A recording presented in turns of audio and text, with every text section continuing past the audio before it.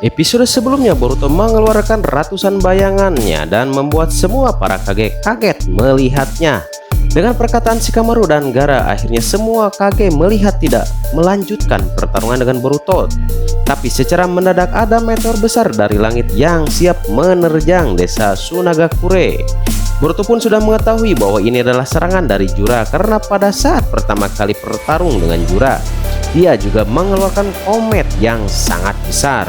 Boruto pun mengatakan, sialah, dia pintar juga menyerang di saat kami sedang tidak baik-baik saja. Gaara pun mengatakan, wahai para Kage semua, aku butuh bantuan kalian untuk menghancurkan atau menahan komet besar itu. Karena keselamatan desa Sunagakure ada di tangan kalian. Namun tiba-tiba saja tidak hanya satu komet yang datang di atasnya. Ada dua komet lagi yang datang dan menabrak komet tersebut sehingga membuat komet pertama semakin cepat menuju desa Sunagakure.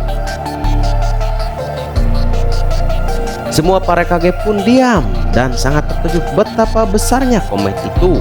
Akan lebih besar daripada komet yang dipanggil oleh Uchiha Madara saat perang dunia shinobi keempat. Boruto pun melihat Kawaki terbang sangat cepat ke atas Boruto. Boruto pun segera menyusulnya dan mengatakan, tumben sekali kau cepat menuju komet itu, Kawaki. Kawaki pun di sini mengatakan, jangan salah paham dulu Boruto. Aku bermaksud hanya menghancurkan satu komet saja dan langsung menuju ke Jura. Sisanya kuserahkan padamu, kata Kawaki. Boruto pun mengatakan, sialan sekali kau Kawaki, tapi tidak apa, berkatmu aku hanya menyingkirkan satu komet saja. Kawaki pun terbang dengan cepat ke atas dan mengeluarkan aura merah seperti api dan berubah menjadi mode base atau binatang buas.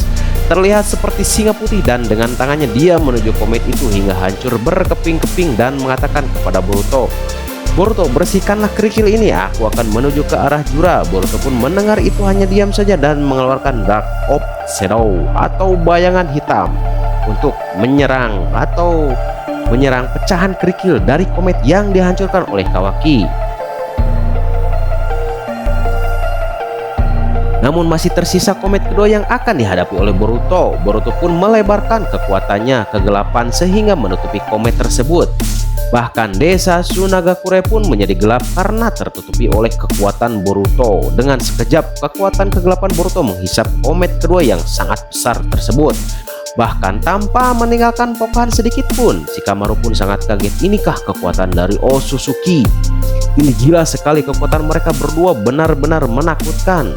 Para Kage pun hanya terdiam melihat Boruto dan Kawaki menghancurkan komet besar itu.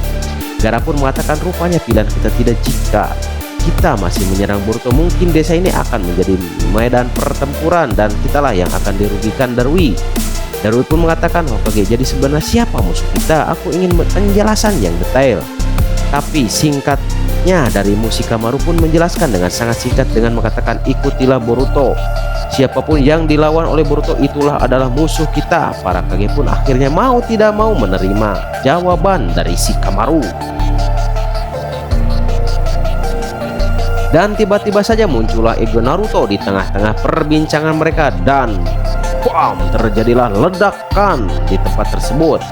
Walaupun begitu, ternyata Shikamaru berhasil selamat. Dia dilindungi oleh Sarada dengan menggunakan Susanoo-nya. Sebagai tameng, para Kage yang lainnya diselamatkan oleh tameng pasir Gaara dan tameng elemen tanah dari Orochi. Gaara pun mengatakan ini memang benar-benar terjadi. Dia benar, ego Naruto masih hidup, tapi kenapa dia bisa mengetahuinya? Di sisi lain, Mitsuki dan Konohamaru mendekati Shikamaru dan Sarada. Tuan Hokage, lebih baik kita menjauh dari ego Naruto. Kita percayakan saja kepada para Kage yang lainnya, kata Konohamaru. Akhirnya Shikamaru yang notabene sadar dia menerima masukan dari Konohamaru dan menjauh dari pertarungan tersebut, serta dijaga ketat oleh Konohamaru, Sarada, dan Mitsuki. Dalam posisi ini Shikamaru pun berpikir bahwa dia tidak bisa membantu dalam hal kekuatan karena sudah ada para Kage bahkan Boruto dan Kawaki, maka dia akan membantu jika ada informasi penting. Kita pun ke tempat Kawaki berada dan akan mendekati Jura. Jura pun mengatakan, tidak kusangka Otsutsuki Kawaki lepas dari penjara itu. Pasti ini adalah ulah dari Otsutsuki Boruto. Baiklah, sebelum mereka kesini aku akan menyerang mereka terlebih dahulu. Jura pun mengeluarkan besi hitam yang sangat begitu banyak dan menyerang Kawaki. Namun Karena itu adalah keahlian Kawaki. Kawaki pun mengeluarkan hal yang serupa dan terjadilah serangan besi hitam di antara keduanya. Kawaki pun mengatakan, Jura, takkan kubiarkan kau lepas, dan aku ikut. Jura pun terbang menjauh dari Kawaki dengan cepat. Namun Kawaki mengejar Jura. Boruto pun berpikir, ini mungkin adalah jebakan, aku tak akan mengikuti Kawaki pergi.